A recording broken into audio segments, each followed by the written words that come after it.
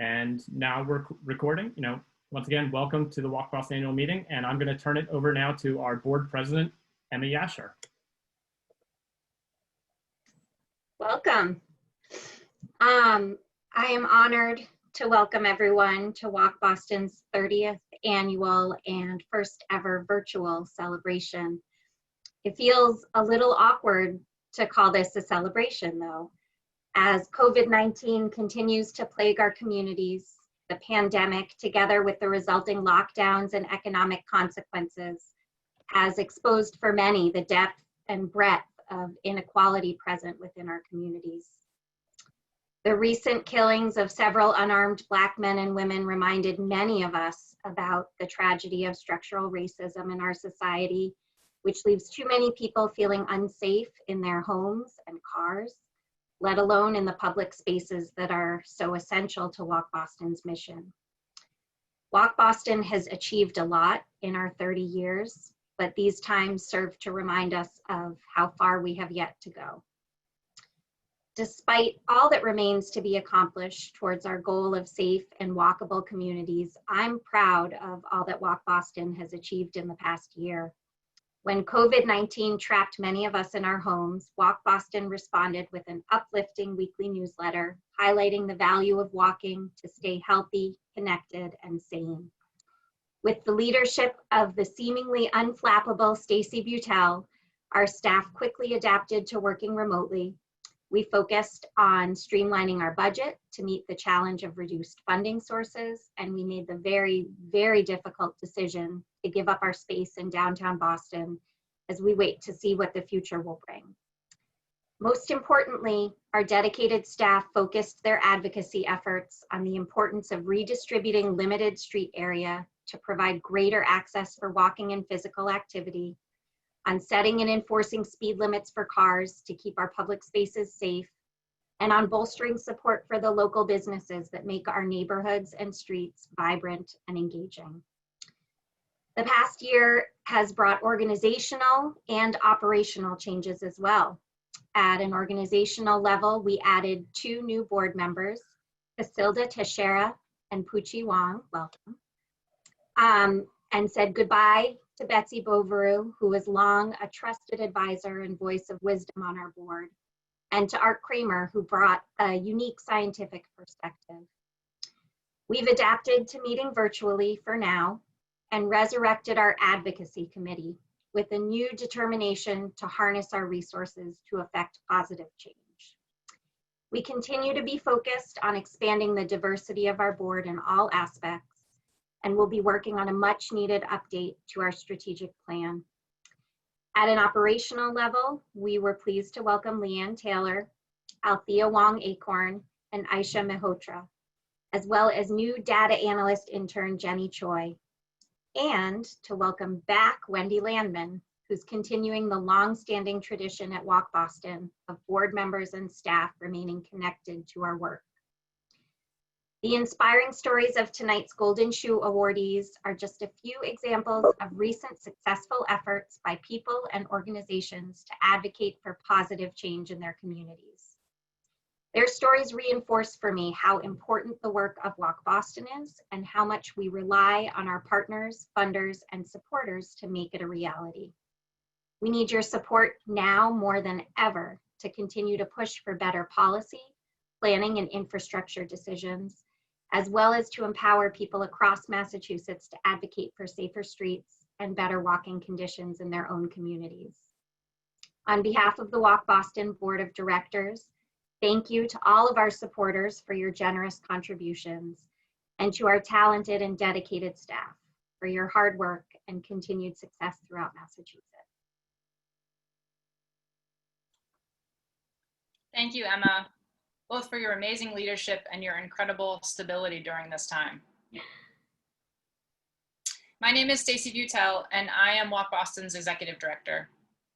As many of you remember, we celebrated Wendy Landman and her amazing 15 years of leadership back in October of 2019. We toasted her successes, and I outlined my goals to continue to grow the organization's reach across the state, outside of our transportation and public health circles, to people of all ages, races, income levels, and mobility levels. The idea of leading Walk Boston as executive director after Wendy's tenure was daunting in of itself. But throw in a pandemic and let's just say it's been a year. I know it's hard to imagine life pre-COVID, but I'd like to take a few minutes and take you back to 2019, where Walk Boston and its partners achieved many important advocacy wins in Boston, built new relationships across the state, and began a new program to train youth in pedestrian advocacy. In Boston, just a few highlights. We held a signals walk through several downtown Boston intersections with the Boston Transportation Department leaders. For those of you who are veteran Walk Boston supporters, you know that traffic signal issues are a constant and frustrating topic for Walk Boston staff. The fact that this walk happened was monumental, but even better was the immediate signal change made to the Washington and Milk Street intersection that each of us crossed daily, and the planned improvements to the traffic signal timing and crossing in front of the Government Center T station.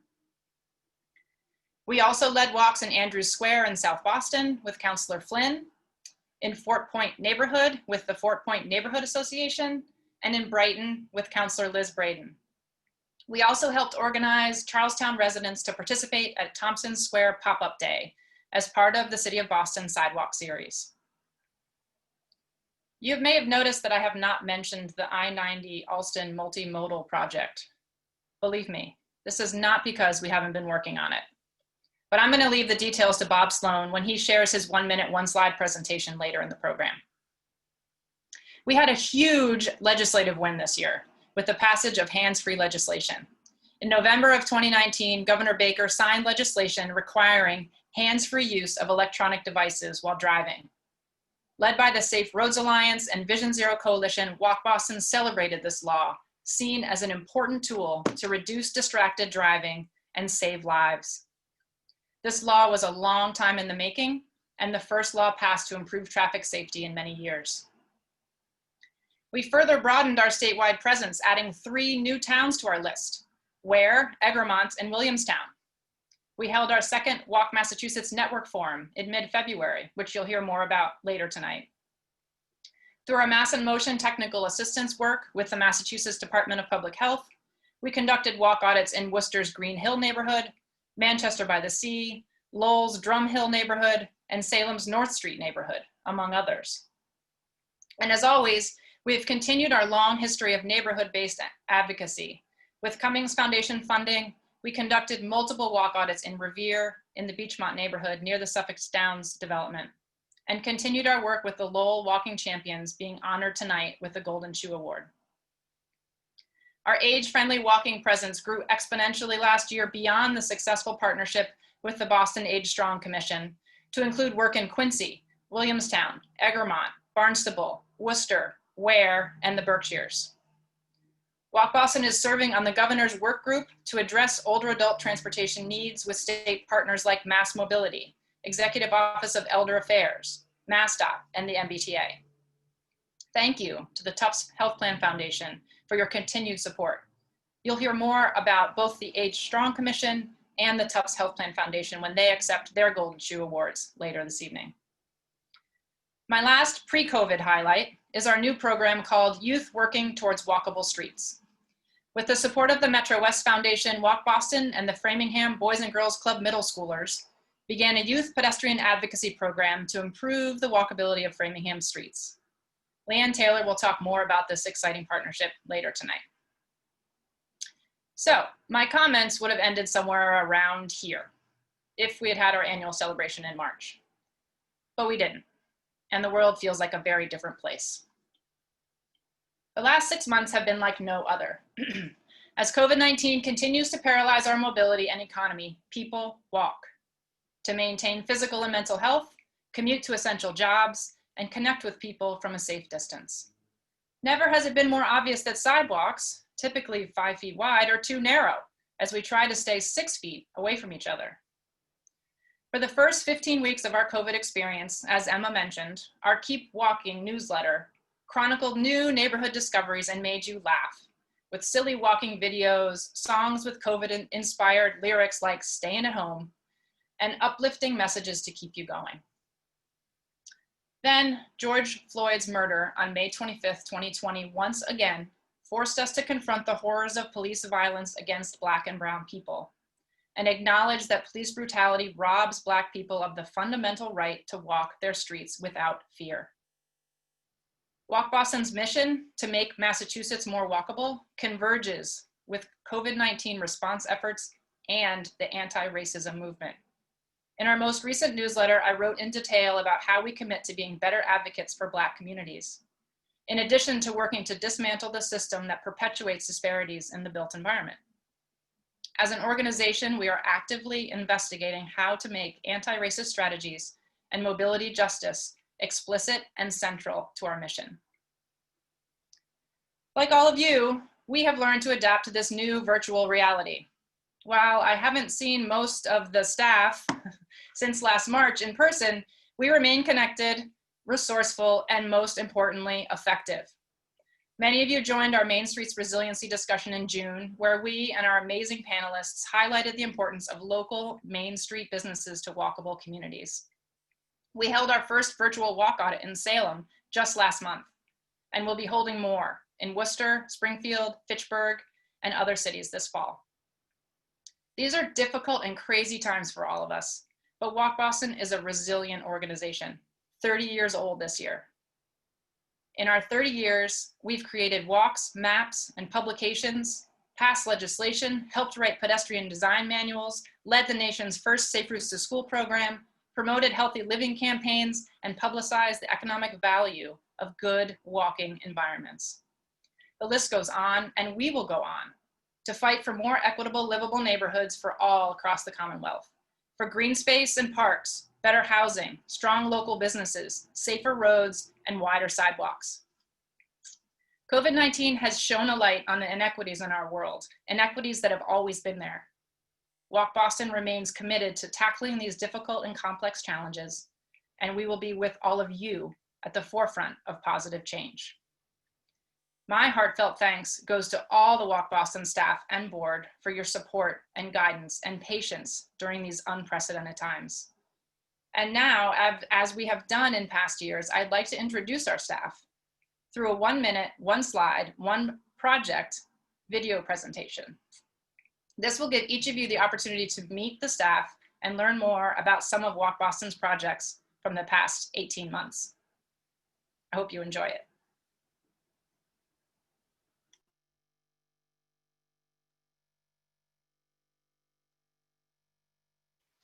I'm Brendan Kearney, Walk Boston's Deputy Director. March 18th, we launched a weekly storytelling email effort that we called Keep Walking. It started as a way to share positive news as we collectively grappled with the unfamiliarity of life in quarantine. It quickly became more than that, though, and we now know that a limited run email series is a way we can delve deeper into a topic area related to walking. It gave us a chance to pause and formulate what has been important to us each week, from exploring new rail trails, issue 3, to rediscovering neighborhood walking maps, issue 4, from learning about the animals that coexist on the streets around us, issue 6, to the blooms of flowers along streets and a resurgence of gardens and CSAs, issues 8 and 9, from sharing streets for physical distancing, issue 11, to walking to support Main Street businesses, issue 14. As Stacey spoke about earlier, Keep Walking also became the space where we committed to being better advocates and working to end the structural racism that perpetuates violence against Black people, in issue 12. We've always believed that safe walking is a fundamental right, but it is not one that we all share equally. A safe street does not mean the same thing for every person, issue 13. We're grateful to everyone that reached out and shared your stories too, including the way walking has become a critical release valve. To read any of these issues, head to walkboston.org/keepwalking. I'm Leanne Taylor, Program Manager at Walk Boston. The Walk Massachusetts Network is a statewide network of multi-sectoral groups working on walking across the Commonwealth. In February, Walk Boston staff and members of the network convened for our second network-wide forum in Framingham to provide opportunity for members to connect and share best practices. During the half-day forum, members shared their local wins for walkability and participated in advocacy clinics aimed to strengthen their walking efforts. We're excited to build on the momentum of the forum and are planning for Walk Massachusetts Network virtual events. Join the network and stay tuned. The second project I'll highlight is Walk Boston's Youth Working Towards Walkable Streets initiative with the Metro West Boys and Girls Club in Framingham. With funding from the Metro West Health Foundation, we are working with an enthusiastic group of 6th through 8th graders to teach them about the elements of walkable communities and to help them build skills to advocate for community change. In January, we kicked this work off with a series of practice-based learning sessions. We look forward to picking this work back up in 2021 and are excited to support these youth leaders in making changes to the built environment and local policies to support safer, more enjoyable walking in Framingham. Good evening, everybody. I'm Wendy Landman. Aging in your own community is what almost everybody says that they want to do. And Massachusetts is working to live up to its declaration as an age-friendly state. And Walk Boston is in the thick of things with our age-friendly walking efforts across the Commonwealth. Almost exactly a year ago today, we were with the mayor and many local residents celebrating new benches in Grove Hall as part of Boston's new Walk Boston inspired bench program. Research has shown that plenty of benches are a key ingredient of keeping older adults walking. We could not have imagined then that our work today would have transitioned to Zoom and helping communities figure out the best ways to keep seniors active during the age of COVID-19. That could mean creating pop-up connections between senior housing and nearby parks and shopping, or carrying out walk audits remotely or with video conversations about individual walks. We are also thinking about the future and have developed a list of our top 8 municipal infrastructure and policy recommendations for age-friendly walking that we've shared across the state and even nationally through AARP. People from Egremont to Quincy, from Salem to Worcester and Barnstable want to keep on walking as they age in their communities, and Walk Boston is there as a partner for the long run. Hi everyone, I'm Jenny Choi, a data analyst intern at Walk Boston. This past summer, I had the incredible opportunity to work on several projects involving pedestrian crash data, 2 of which I'll talk about today. The first is designing town-specific pedestrian crash profiles for mass in motion communities, which you can see an example of on the left. By organizing key data in an accessible, concise way, these profiles aim to help towns and cities better understand how and why these crashes happen in their communities. The second project is conducting spatial analysis with an age-friendly focus, shown on the right. We looked at pedestrian crashes involving older adults and how they spatially relate to relevant demographic, geographic, and built environment factors. By translating data into compelling visualizations, our analysis can encourage lively community discussions around pedestrian safety and age-friendly walking. Moving forward, we hope to continue using data to tell important stories and make informed decisions that can help us all strive towards safer, healthier, and more equitable communities. Hi, I'm Aisha Merothra. After interning with Walk Boston last year, I'm thrilled to be back this fall working on a few projects that speak to Walk Boston's commitment to advocating for every community across Massachusetts and promoting equity through improving the built environment. Amongst these projects is a report on racial disparities in walkability. In Massachusetts and across the country, neighborhoods with predominantly Black and Brown populations tend to be the least walkable, have amongst the worst health outcomes, and are already bearing the brunt of climate change. All of these factors are related and the result of decades of racist planning policies. Walk Boston's report highlights the mechanisms through which these inequalities have persisted and makes specific actionable recommendations to guide communities and decision makers who wish to address racial justice. We're also partnering with Mass Inc. and UMass through a Solomon Foundation grant to conduct walk audits around transit hubs in 5 gateway cities and make recommendations for improved streetscapes as well as social infrastructure like open spaces, public art, and storefronts. Better access to transit is core to advancing equity, and we know the best way to do that is by ensuring walkability. A long time ago, in a public meeting not too far away, it's the year 2014, amidst a period of development in the Commonwealth. Neighborhood residents and statewide advocacy organizations alike come to hear about the Allston multimodal project from MassDOT, set to reshape a corner of Allston with a new viaduct, the gateway to Boston for the rest of the Commonwealth. Years passed. Advocates and neighbors alike cheered when Secretary Pollock considered building the project at ground level with newly connected neighborhoods and a vision for better transit before, during, and after construction. It was a victory for all in the MassDOT process. Years pass. Now, in 2020, a new viaduct is back on the table and looms large over every discussion, wider and higher than ever before. The ground level option seems doomed. The Charles River in Allston is a tremendous asset that should be restored, enhanced, and made accessible. A new, wider viaduct that would stand above the river and shade its part will be built if a compromise is not reached. Advocacy leaders are in agreement. Let's lower the viaduct to the ground and let the neighborhoods, Alston, Brookline, Cambridge, Brighton, and Boston, form a level constellation so they can see each other and the river with its walkers and bikers. Hello, my name is Althea Wongicorn, and I am the new development director here at Walk Boston. Seeing as we can't get together in person, I want to take a quick moment to introduce myself. Before Walk Boston, I worked at the USS Constitution Museum, where last year I led the museum's most successful gala. It raised over $670,000, which was $300,000 more than they had ever raised before. Before that, I spent 7 years at the Boston Children's Museum, where I created their Destination Events program to increase community involvement with events such as the Boston Mini Maker Fair.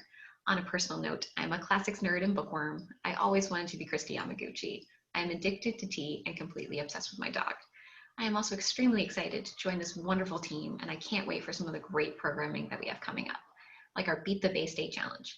We're asking you to sign up to walk or run around the Commonwealth with us for the month of November to help us raise funds and awareness about the work that we do. We also have sponsorship opportunities available and fun swag, so check out our website at walkboston.org/baystate. And if you have any questions about the challenge, fundraising, or anything development, just ask me. Thanks.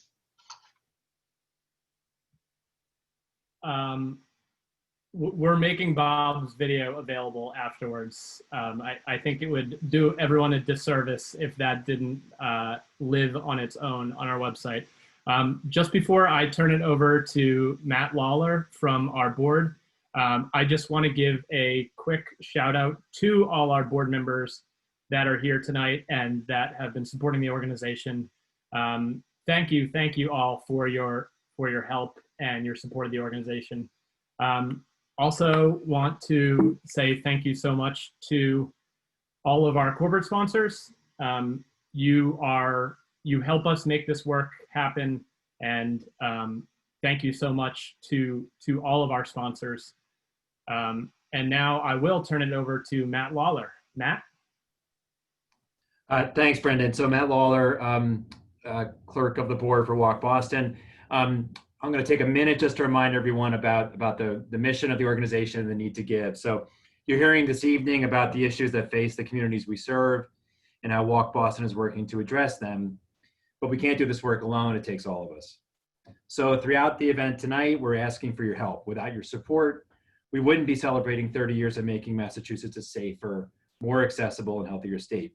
We need you this evening to donate so that we can work for the next 30 years to keep improving our state, so that we can reach Vision Zero, that we can help the communities that need it the most. So our goal is to ensure that everyone in our Commonwealth can safely walk in their neighborhoods, and not just today, not just in the midst of the pandemic, but tomorrow, next year, and 30 years in the future. It's an ambitious goal, but it's one that we're called to achieve, and we can't do it by ourselves. So if you're able to do so tonight, please give. And you can do that by going to walkboston.org, or you can do it by clicking on the link that's apparently above us, as Brendan is pointing up. So just go ahead and click on that link, give. Brendan, let everyone know about Betsy's incredibly generous offer to match donations up to $5,000 tonight. That is fantastic. And so we hope everyone can support our work as we go forward. Thank you.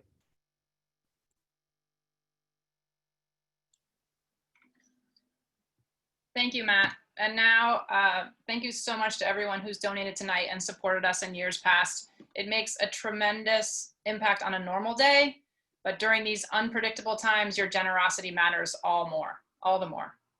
So please feel free to continue to make donations throughout the evening. We're going to turn our attention now to one of the best parts of our annual celebration, where we celebrate and reward those who have bettered the walking environment and who exemplify the ideals that guide Walk Boston. Tonight, we will be presenting 3 Golden Shoe Awards. Every year, we look beyond our familiar circles and seek out a project or group to honor with the Walk Boston Golden Shoe. This year, that award goes to the Boston Public Library Central Library Renovation Team for imagining and redesigning the landmark public space as a sidewalk-level, open, accessible place that welcomes people of all backgrounds and abilities. The team includes the Boston Public Library staff, Boston Public Facilities Department, William Ron Associates, Reed Hildebrand, Consigli Construction, and PMA. I would like to introduce David Leonard, the president of the Boston Public Library, who will be accepting the award on the team's behalf. David? Thank you so much. And thank you to everybody at Walk Boston. I'm thrilled to be accepting this award on behalf of the extended team.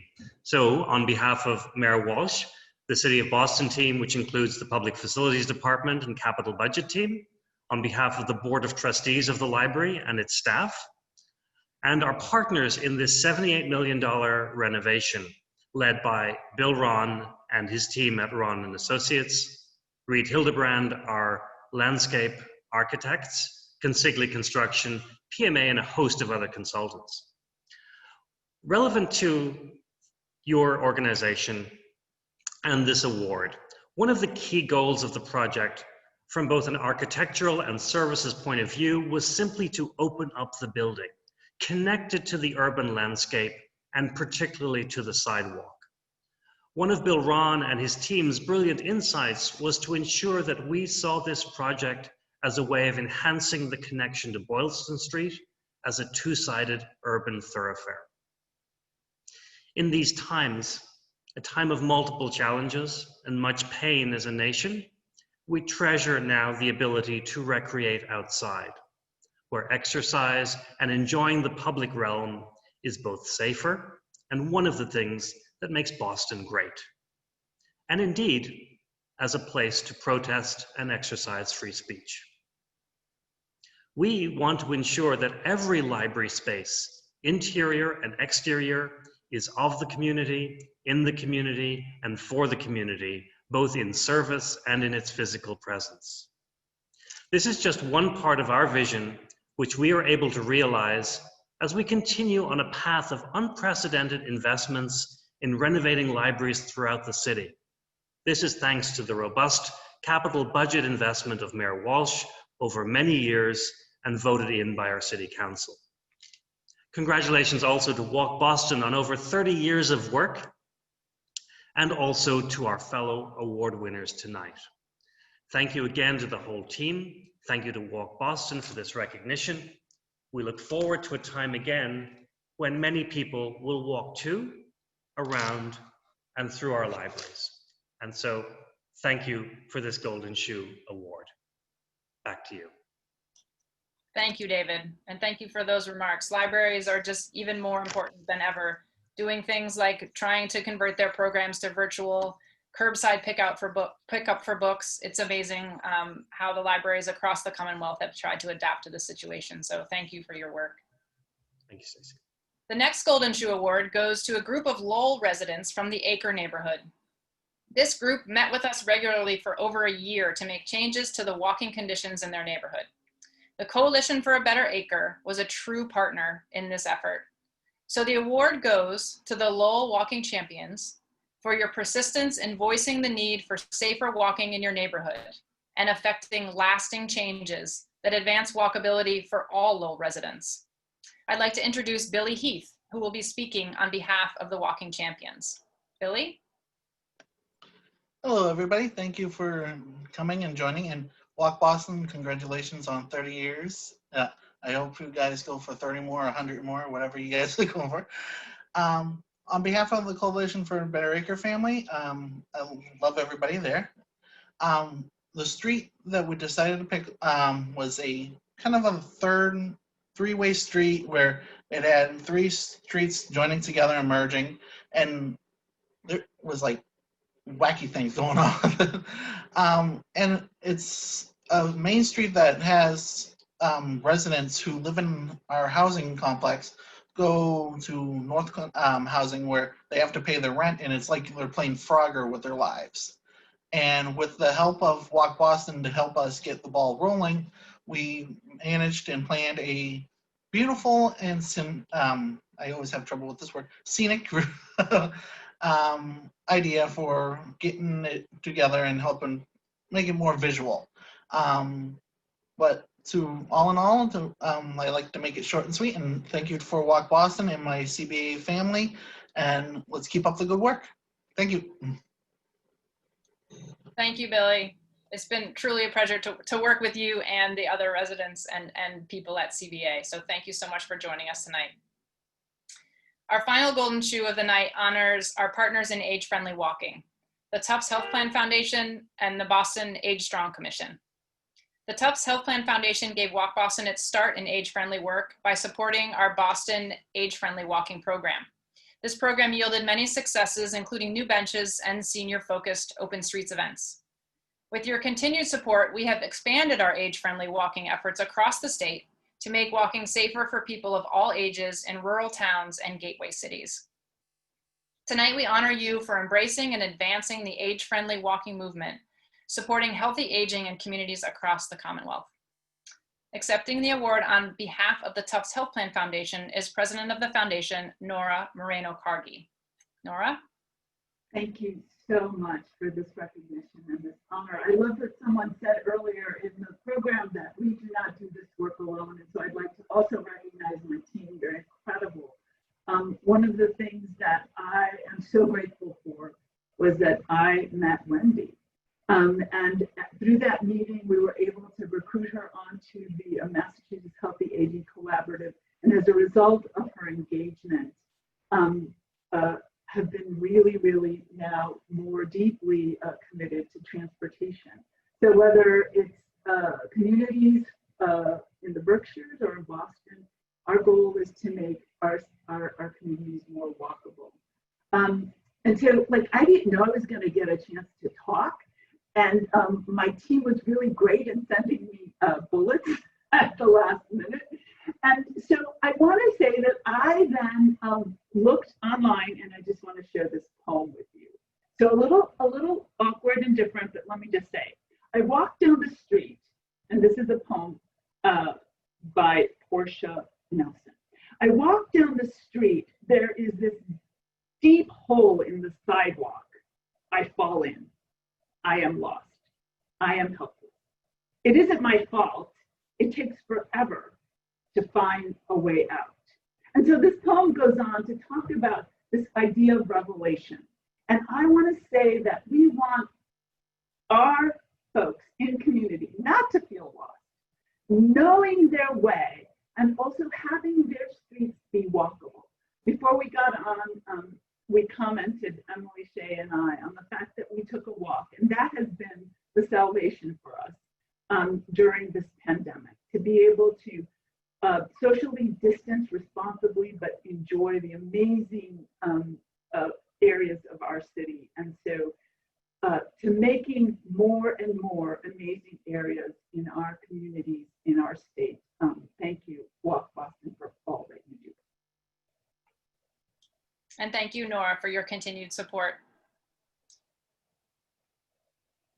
I want to now talk a bit about the Age Strong Commission. They were an early and enthusiastic adopter of the idea that an age-friendly community must include age-friendly walking, and that the city must focus its energy on the streets and sidewalks that serve seniors with the highest need.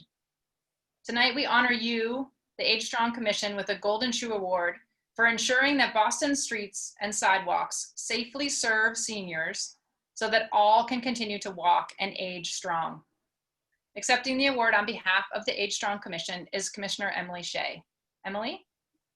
Hi, Stacey. Thank you so much for this award. We're really, really excited. I have to say, Wendy and Audie really spurred a lot of this work on. We love age-friendly walking, but I remember sitting with them in our office when they were like, this is what we're gonna do. And we were like, that sounds great, let's do it. And we were thrilled that Tufts Health Plan came on board to sponsor and to fund a lot of this work. So fabulous partners, but just my thanks go out to Wendy, Audie, Brendan, Dorothea. I think we had so many Walk Boston partners involved in this. My team elected me to speak tonight, but I actually think that's great because I never get a chance to really thank them properly.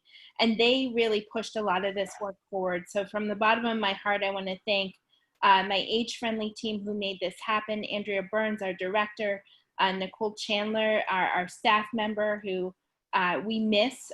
She just moved away, but she's here tonight, which is fantastic. And I know we have other Age Strong folks on with us tonight, Melissa and Amy as well. So thanks to my team for all your work. And we also want to thank their mayor, because this is part of our larger Age Friendly Boston plan. And the mayor was such a supporter of that plan, really a driver of that plan. So thanks to him for all his support. This work can't be done alone, and it can't even be done just with us and Walk Boston and with Tufts. So many city departments were a part of this work. So transportation, public works, our Vision Zero team, the Boston Police Department who did the walk audits with us, and so many community partners as well. So I really want to thank them all for that. And then last but not least, our older residents. This work can't be done unless it's informed work, unless we're pulling our residents into the work and letting them show us what needs to be changed and adjusted and fixed so that they can walk well in our city.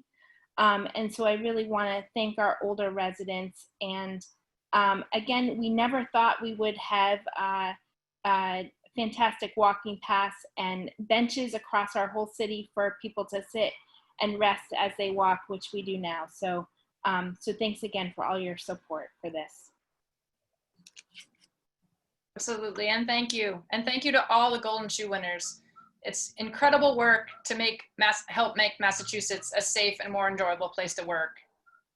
I want to turn now and tell you a little bit about our keynote speaker.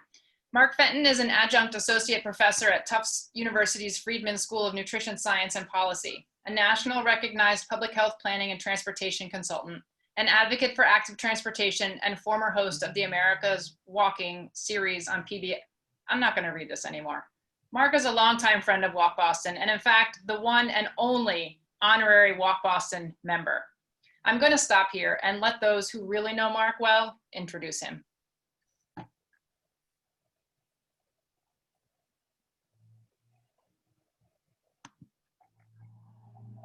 Is that my moment, Stacey? It's coming. No, it's not. Just Okay. you wait, Mark. Gotcha. All right. Give me 1 second.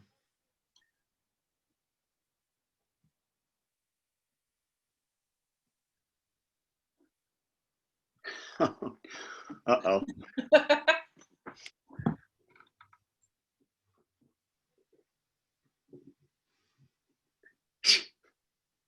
I don't think it's helpful. I don't know. What do you think? Brendan, do you think she needs more light? I think you're decently lit now. So. Yeah. Okay. And you're very well dressed. Well, we have the extra 10 minutes, right? You have a necklace on. Well, let's liven it up a little. I remember Mark from the early days, and what I remember is that, you know, walking is very popular now, but 30 years ago, you know, it was still a very car-dominated society, not just in terms of what people did, but in terms of how they thought. And so there were just a handful of us really that were committed to walking, and Mark was one of us. And we, you know, joined forces, and we met him at pedestrian conferences in Boulder and Philadelphia and probably Madison, Wisconsin. And, you know, we all supported one another because the outside world wasn't supporting us. Would you agree with that, Ann? Yeah. Oh, yeah. We just held hands and walked along together. Right. How many of the early meetings took place at bars? Well, of course, Walk Boston was founded in a bar. And we just went from bar to bar. After and we would have a lot of meetings in the old city hall when they had an outdoor sitting area. That was one of our favorite places. Oh, and Parker House too. Yes, right. There. Yeah. Parker House, Maison Robert, right. Yeah, yeah. Hi, Mark. You might be surprised to see Ann and I here, but we are here to welcome you to our 30th annual meeting. We're so pleased you can be with us. And as we look back, you've been with us all along. We remember those early days when there were just a core group of us meeting and talking about our enthusiasm about walking and your contribution as editor of Walking Magazine. So we're still here 30 years later, and we're pleased to have you with us for this occasion. Thank you. Wow. Well, that's your cue now, Mark. That just made my entire year, frankly, that to have those two most esteemed friends say those kinds of words.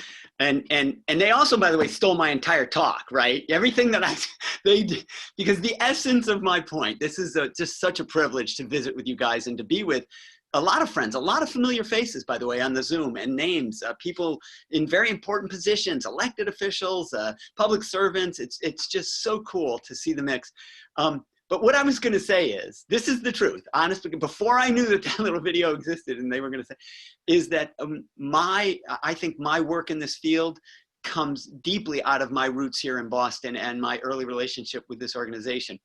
In fact, Walking Magazine was on Harcourt Street, which is along, some of you won't recognize this corridor, but the core people who were there at the beginning do, as an extension of the Southwest Corridor Park, which I hope you all recognize would have been the other horrible expressway, like the Southeast Expressway, but for the work of advocates represented, not least of all, by the founders of Walk Boston.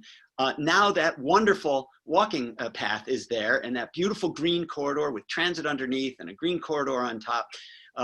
And that was really, sort of, I believe, one of the formative sort of actions that proved the importance of pedestrian advocacy at the local level. Ground level, you can't depend on government, you can't depend on anybody else, you've got to do the advocacy yourself. That's what you guys did.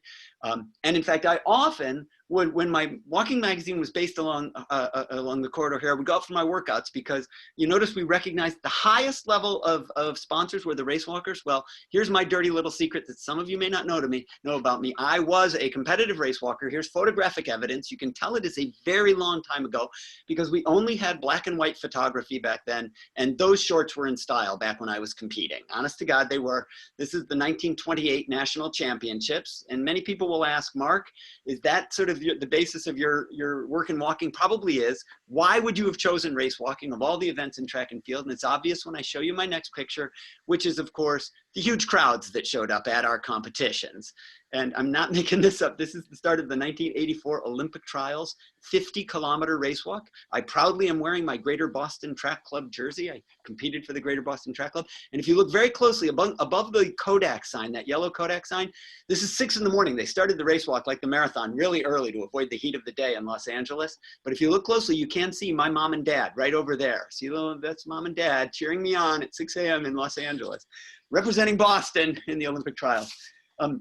I'm telling you all of that because I actually came to Boston to study exercise science and biomechanics at MIT. I was an engineer over there, and that's what I was doing at Reebok for a while, and I even worked out at the Olympic Training Center before Walking Magazine actually grabbed me to be their editor-at-large. That was my title, and the reason was because I was kind of a walking geek, right? I was a race walker, and I knew how to select walking shoes because I worked at shoe companies. I wrote their annual walking column, their shoe review column. And while at Walking Magazine, these two really kind of crazy women showed up. I swear this isn't a setup. I swear I didn't know they were going to be introducing me.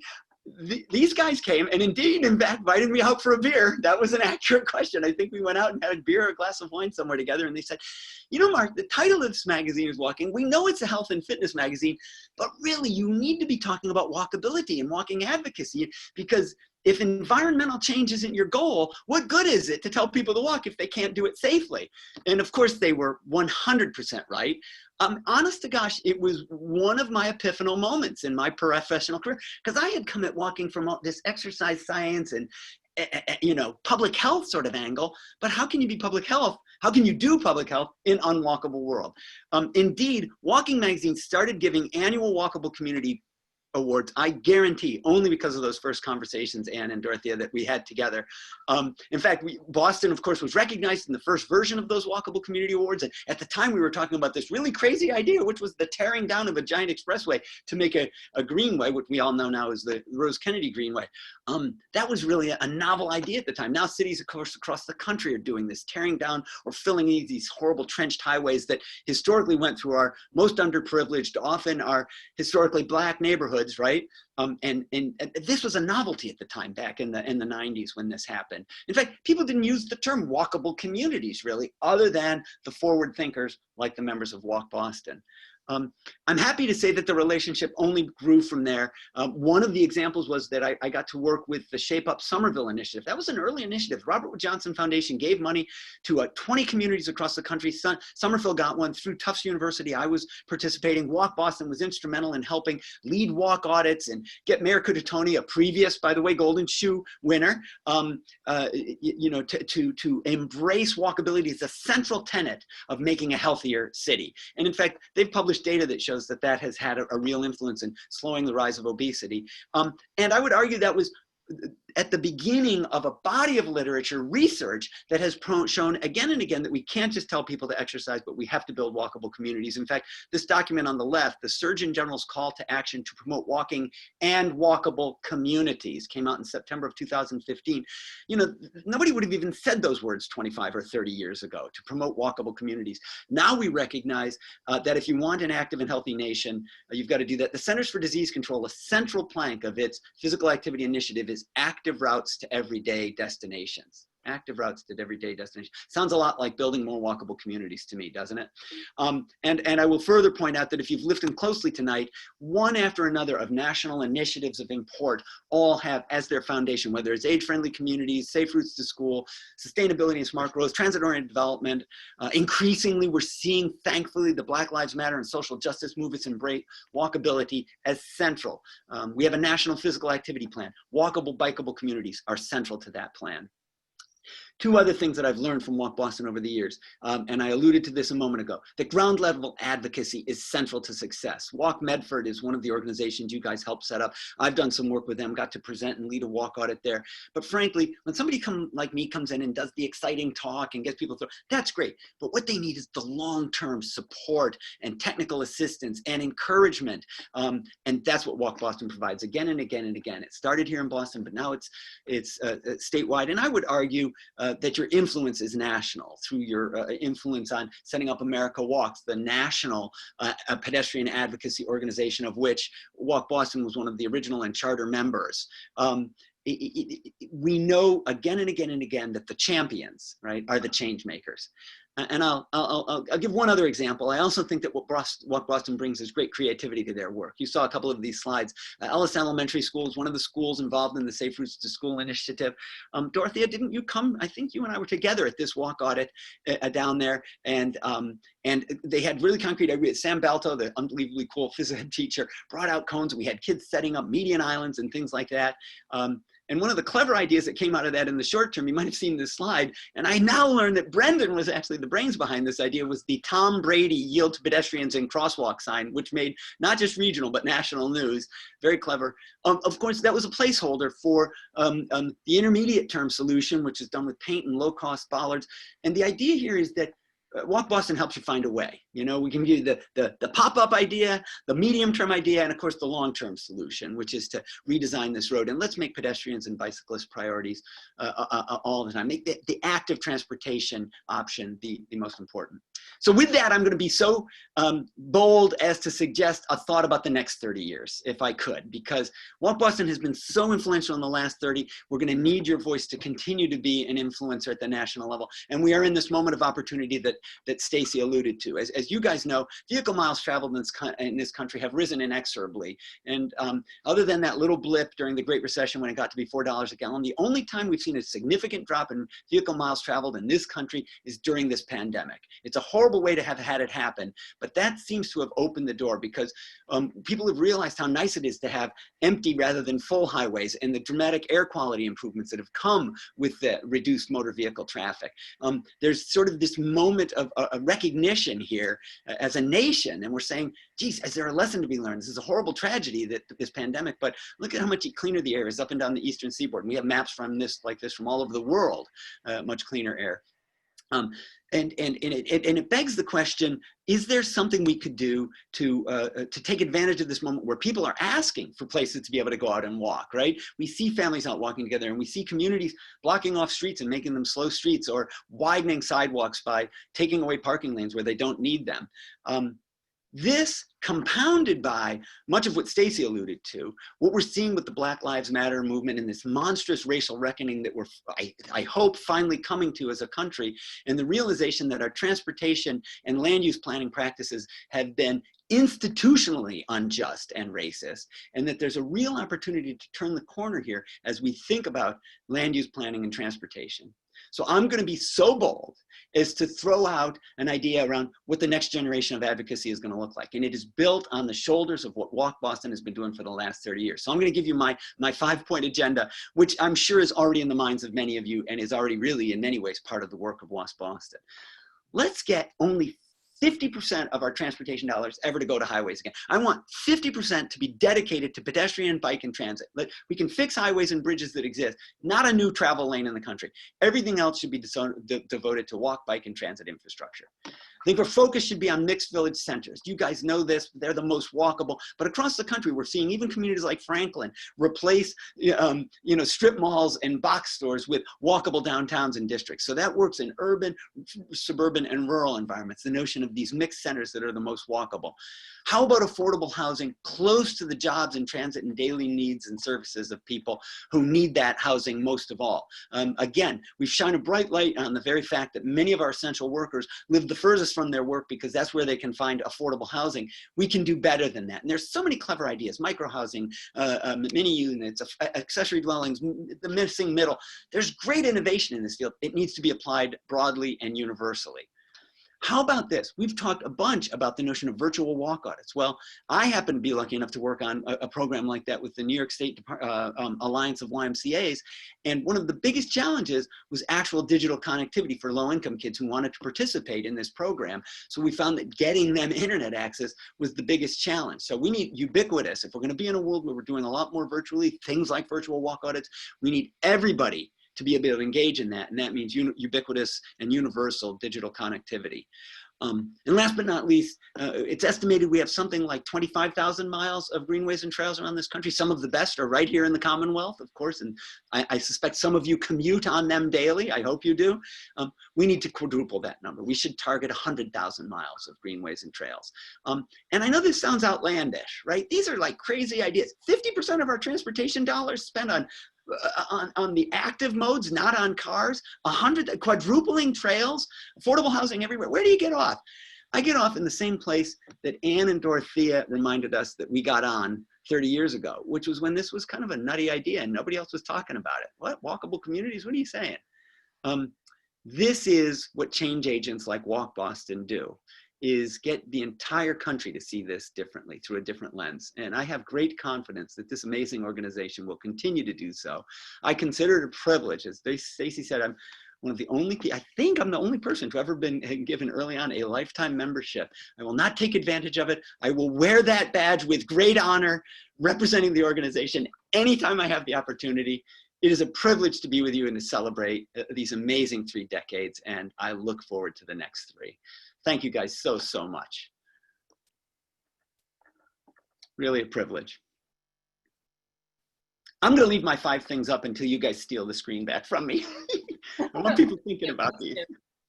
Thank you, Mark. Thank you so much for those inspirational words. I was halfway thinking you were going to jump off a bridge like you did at the National Walking Conference not long ago, but when you couldn't attend and it was virtual.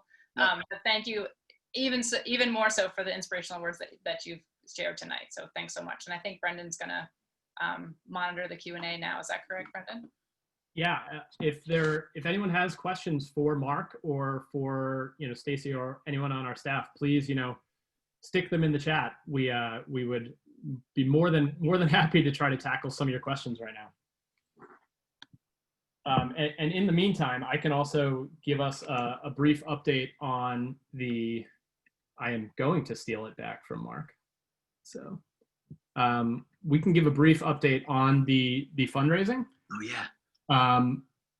Thank you so much to everyone that has given so far tonight.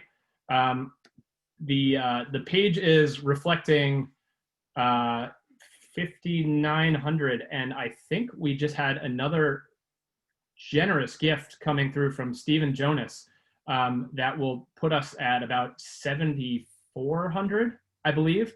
So we are closing in on 7,500. I really think it would be awesome if we got to at least 8,000 by the end of the Q&A session tonight.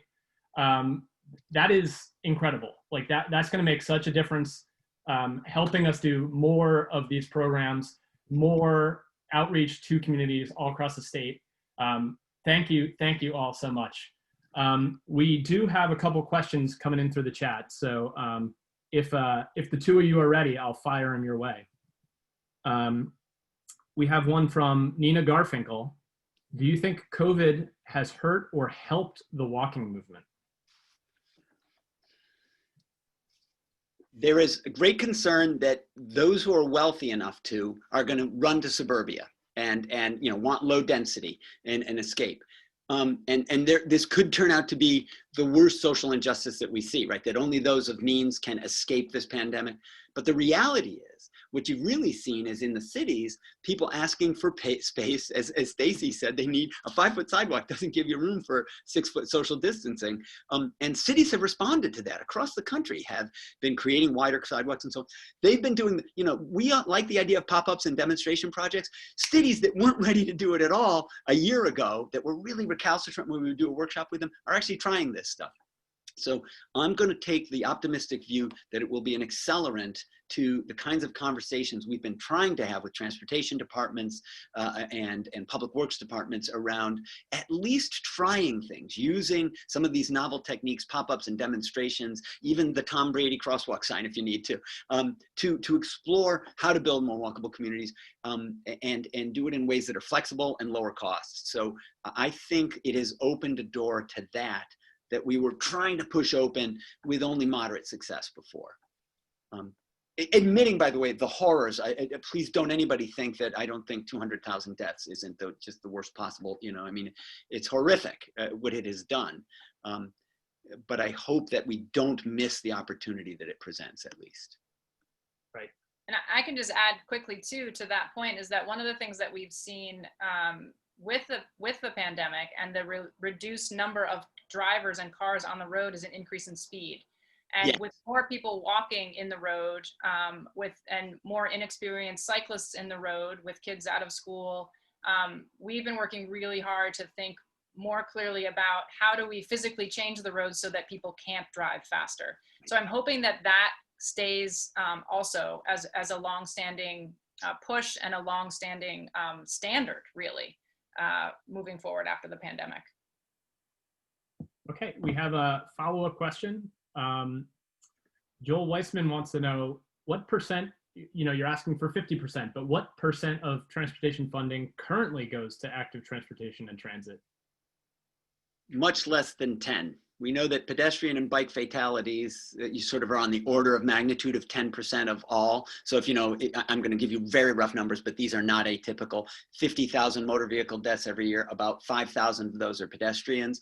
So it's 10%, and yet we see the active transportation infrastructure get in the low single digits in a normal budget cycle. So I'm asking for a monstrous increase. You're absolutely right. That's why it's not realistic, and that's why we should go for it. Ask Dorothea and Ann. They'll say, yes, of course we should. Nice. Nice. Stacey, do you have any questions for Mark?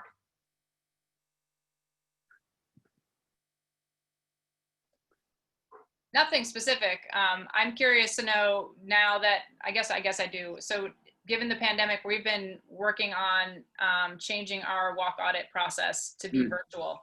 And we've had some successes and we're tweaking as we go. Have you seen any successful ways to engage more community members or adapt the walk audit to a way that you can maintain that level of relationship building while also getting at the issues around infrastructure?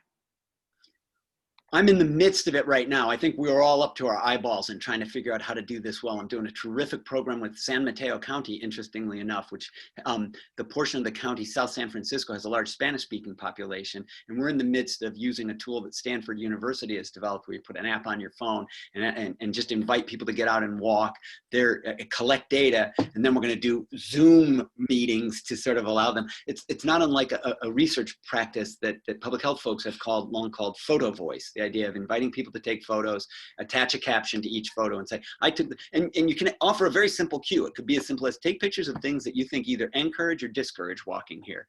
And the kids that I worked with this summer, for example, which was a very diverse group because they made a good effort to get devices. If a kid needed a tablet or a digital camera, we made sure we found them a place that they have good internet connectivity. Which was not always easy, but we did that. And that's really important, by the way. I mean, if you're going to do this, we can't lose the inclusivity that we have worked so hard to do when we do place-based walked audits, right? We can go to the very neighborhood that's challenged and has historically been disenfranchised. So we're going to have to make sure that when we go virtual, we don't lose that. But if we make the effort, it appears that we can, right? By making the digital and or physical connections that we need to make.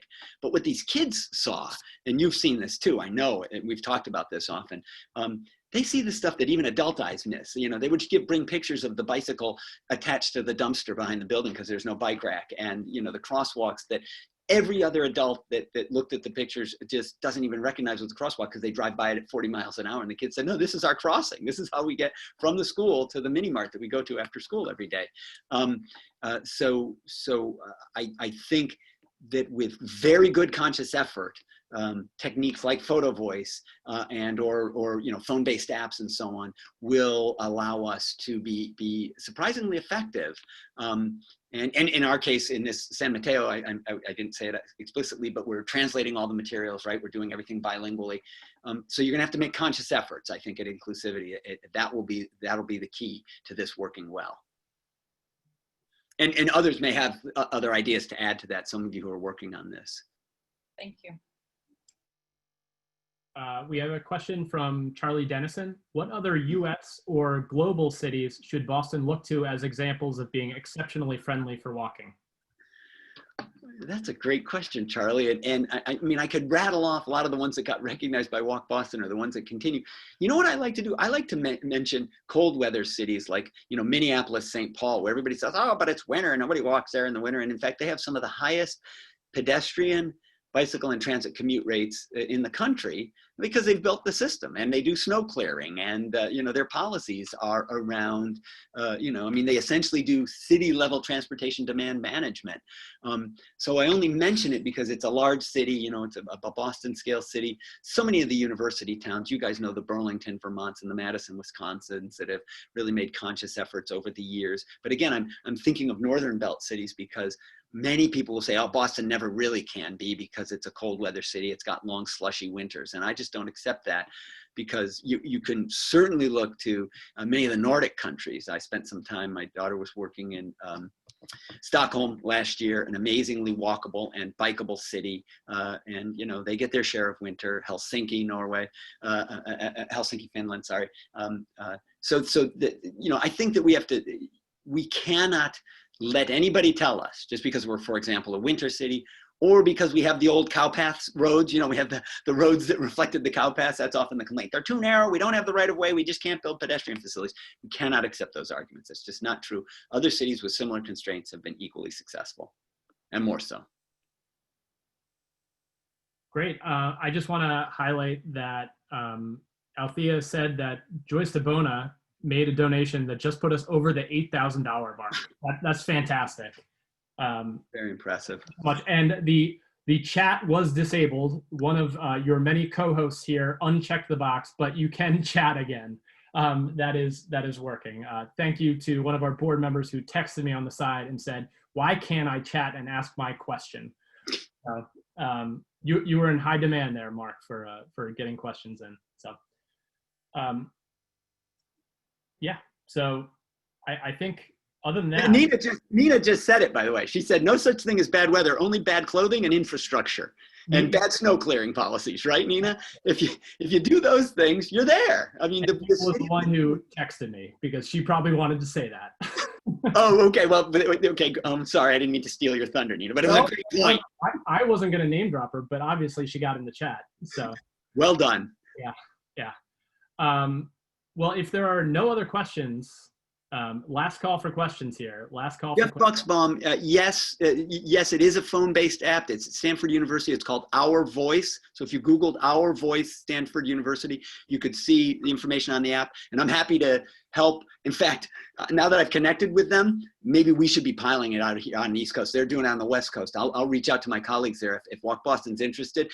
I can't think. If I knew a local pedestrian organization, maybe I could. Let's pilot it out here. Let's see if we can get it going.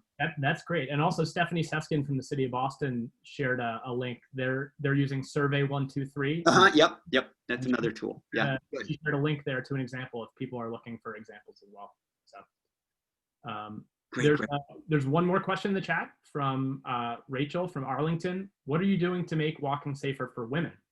Wow, this is it's so timely. We did a workshop. I do it annually for the Centers for Disease Control, a Walkability Action Institute that MPOs, regional planning organizations, apply to attend, and they have to bring interdisciplinary teams. We had our first of our sessions today, and one we talked specifically about sort of creating walking safety, and people think about traffic safety, but how about the safety from crime or from intimidation or from or excessive enforcement? I mean, there are, sort of all sorts of safety questions. And we specifically had a session on that. I'm not going to pretend to be expert, only that we need to elevate that conversation quite specifically. In other words, safe walking for women is not the same. When we do walk audits, this is a classic thing that'll happen. I'll ask people to score a section of the walk, and somebody will say, oh, this is like a 7 or an 8. This is a great, the sidewalk is nice, it's set back from the road.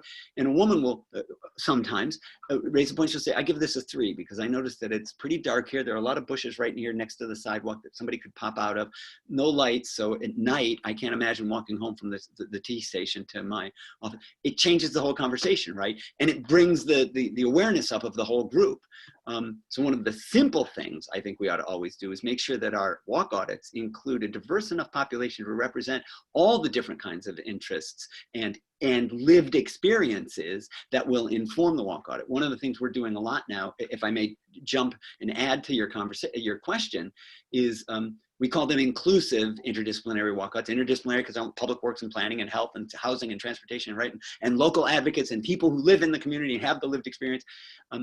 And also people, for example, across a spectrum of ability and disability. Because sometimes on walk audits, we used to bring wheelchairs or put blinders on people to experience briefly the experience of using a wheelchair or being visually impaired or blind.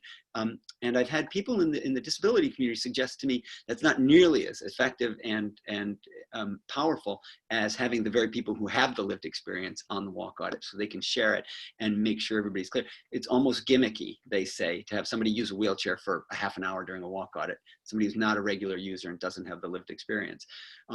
So I guess my short answer there being then, as not a woman, one of the most important things I have to do is make sure that women are represented in the process from beginning to end, as are across the age spectrum, across the ability spectrum, across the racial spectrum.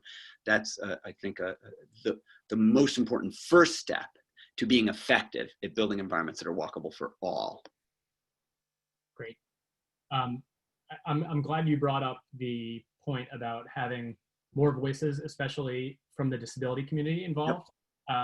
A couple of years ago, we were doing a number of road safety audits with teams from MassDOT, a bunch of engineers and safety engineers. And we were discussing, as you get up to a curb ramp, the tactile pad, like how does someone who is visually impaired actually use these? Like, what are the ways? This engineer who was on the call earlier tonight, and she had to hop off. She started giving me the textbook answer, and then she said, Brendan, I don't know how they use it in reality. Yeah. So we were having an upcoming walk audit in Watertown, and we reached out to Perkins School for the Blind, and we had both people who used white walking cane as well as a guide dog, because they both experienced the environment in very different ways. Right. MassDOT couldn't have had more engineers join us for that walk audit. It was fantastic seeing their excitement to make sure that they were experiencing it as people do day to day. So, and I think one of the takeaways that I took from that walk audit with MassDOT and the two individuals that were visually impaired was the fact that we often put signal poles next to utility poles. And if you can imagine a utility pole and all of the staples that go in the utility poles and the roughness of the utility pole, and the fact that many visually impaired people use their hands to find the signal button. I tell that story on almost every walk audit that I'm on now, because that opened eyes, that revealed to me something that I would not have thought about. So I completely echo your thoughts, Mark. The ideas of making sure that we are including as many different perspectives as we can, both of lived experience, but also about what is the definition of safety? Like how do you feel safe? The way that I feel safe as a white woman is very different than a Black woman or a Black man might feel safe. So really broadening and thinking about the ideas of safety and environments and people's lived experience is incredibly important in the work that we do. Hey, just so people know, Jeff Buxbaum found a link to that Our Voice, and he plugged it into the chat. So anybody's interested in looking at that some more. Thanks for that, Jeff. Yeah, and it looks like Rachel just had a follow-up question of what was the event that you were referencing, the multidisciplinary event? Oh, it's the Walkability Action Institute of the Centers for Disease Control funds it annually. We're doing it virtually this year, obviously, but it's normally a live, intensive 4-day trainings. Metropolitan planning organizations have to compete to send a team to it. We're now going to start doing regional ones, we think, around the country. I would love the Boston MPO to send a team. You're required to have a person from public health, an elected official, an engineer, a planner, and then you have 2 or 3 wildcard slots. So, for example, someone from, say, I don't know, a pedestrian advocacy organization might make up a 5th or 6th seat on your team. That's very common. And somebody from Parks and Recreation might be another one, or Housing or Transit Authority. The cool thing about it, what we've learned, one of the biggest takeaways is this: taking those folks out of their day-to-day work together. They may all know each other in the MPO, the regional planning entity, but getting them out for 4 days in Decatur, Georgia, that's where we happen to do it. We do walk audits, we do a field survey, we bring in top-level faculty, and it's kind of and they do action planning. Their goal over the 4 days is to come home with an action plan. It might be a Vision Zero plan. It might be instituting a complete streets policy. There may be some very practical things, like the Anchorage MPO went back and said, we're going to get 5 pop-up demonstration projects on the ground to support our complete streets policy. So it's very concrete. And if anybody wants to help initiate a Boston MPO application to it, I will make sure you have all the information and get to the right place. Great. Well, thank you so much, Mark. And, thanks to everyone who joined us tonight. I just want to give an update on the donations. The donation page is reading 8,150. So, between donations that came through registration, and also tonight, but just in the last hour, we raised $5,670, which means we fully met that match from Betsy Johnson. So thank you, everyone. That is fantastic. And then I just want to give you one more shout out. Althea, who joined the staff recently, talked about it in her 1 minute, 1 slide, but this Beat the Bay State, it went live about an hour ago. It is a team competition to cover the 900 miles of the perimeter of Massachusetts. And yes, you get to go over to the islands of Martha's Vineyard and Nantucket as well. It's going to be a lot of fun throughout the entire month of November, the 30 days of November for the 30 years of Walk Boston. If you have a team of 10 people, that would only be 3 miles a day. And what is it? Oh yeah, you need to do 30 miles a week, basically, 30 miles a day to get to that 900. My GPS skills worked out well with mapping it. So yeah, we're really excited, and we're really excited that Tufts Health Plan Foundation stepped up and they said, we want to be a sponsor of this event. If anyone else wants to be a sponsor, please get in touch with Althea. Otherwise, registration is open starting today, and you can create your team, and teams are not limited in size, as big as you want it to be. So, thank you. We're really excited about this opportunity. So, Thanks to everyone for joining tonight. We really appreciate you coming to our virtual annual celebration. We look forward to celebrating you again, hopefully in person in March, but we can only hope. It's been a wonderful 2019. We're all plowing through in 2020, and safety to all of you, and thank you very much for participating tonight. See you, everyone. Thank you, everybody. Thank you, Ann and Dorothea. You guys are awesome. Hi, Ann. There she is. Hi, Dorothea. You guys are right next to each other. So good to see you both. Mark, thank you so much, Mark. This was so fun. Oh, it was a blast. You guys are awesome. You lifted me up. We're going to have a